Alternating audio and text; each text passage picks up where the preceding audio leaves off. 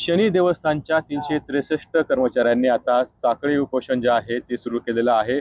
बेमुदत हे साखळी उपोषण असणार आहे। आपण बघू शकतो की शनी शिंगणापूर देवस्थान मंदिरामध्ये या उपोषणाला आता सुरुवात करण्यात आलेली आहे। विविध मागण्या आहे, पगार देखील बऱ्याच दिवसाचा थकीत आहे आणि इतरही काही त्यांच्या मागण्या आहेत। त्या मागण्यासाठी त्यांनी आता आंदोलन जे आहे ते पुकारलेलं आहे। आपण त्यांच्याशी बातचीत करणार आहोत। तर काय तुमच्या मागण्या आहे, कधीपासून आता आंदोलन सुरू केलेलं आहे? सर, मी सर्वप्रथम आपल्याला सांगू शकतो की हे उपोषण आम्ही जे शिटू युनियनच्या माध्यमातून शनेश्वर देवस्थान कामगार युनियन जे 363 लोकांची पूर्वीपासूनचे आहे त्यांच्या माध्यमातून आम्ही युनियनचे जे 5 संचालक आहोत, अध्यक्ष, सरचिटणीस आणि जे संचालक आहेत, असे 5 सरचिटणीस आमरण उपोषणासाठी या ठिकाणी बसलेलो आहोत। आणि बाकीचे सर्व कर्मचारी भाविकांना त्रास न होता त्यांची ड्युटी त्या ठिकाणी इनामे ईदबारे करून या ठिकाणी आम्ही बाकीचे सर्व साखळी उपोषणासाठी या ठिकाणी पाठिंब्यासाठी आमच्या बसलेले आहेत। या ठिकाणी 6 महिने झालेले आहेत की जुनं प्रशासन मतलब विश्वस्त मंडळ जाऊन आणि या ठिकाणी आज हे प्रशासनाने ताब्यात घेतलेली ही संस्था आहे, संस्थान आहे। या ठिकाणी प्रशासन आल्यापासून आमच्या कर्मचाऱ्यावर एक उपासमारीची वेळ या लोकांनी आणलेली आहे, या प्रशासनाने आणलेली आहे।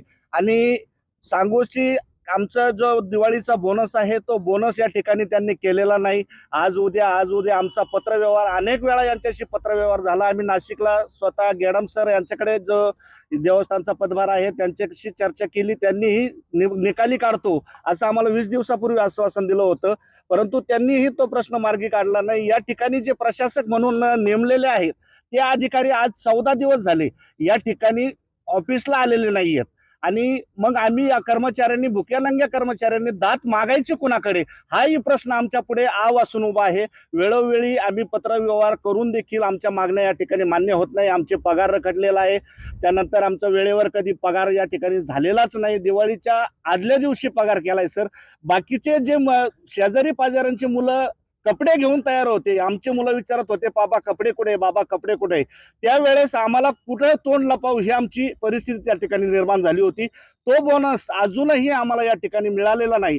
म्हणून नाविलाजास्तव भाविकांच्या सेवेसाठी आम्ही सगळेजण काम बंद न करता या ठिकाणी सगळे आम्ही उपोषण आणि साखळी उपोषणाच्या मार्गातून या ठिकाणी आम्ही यांना 14 दिवसापूर्वी अल्टिमेटम दिलेला होता।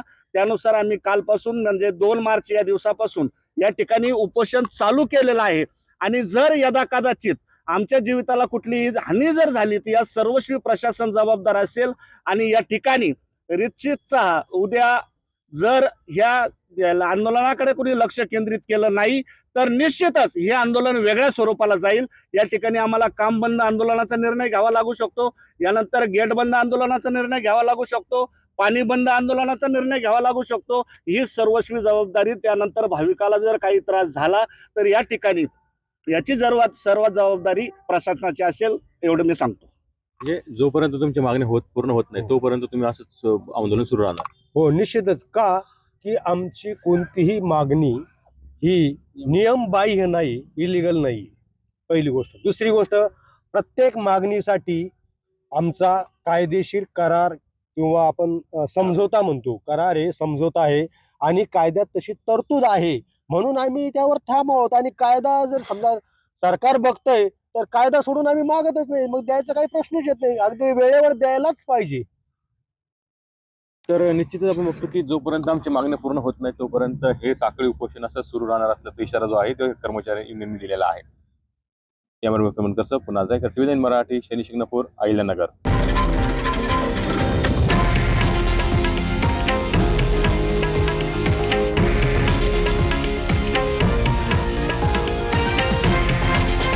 हे आहे देशातील नंबर 1 न्यूज नेटवर्क आणि आपण पाहत आहात TV9 मराठी, एकमेव।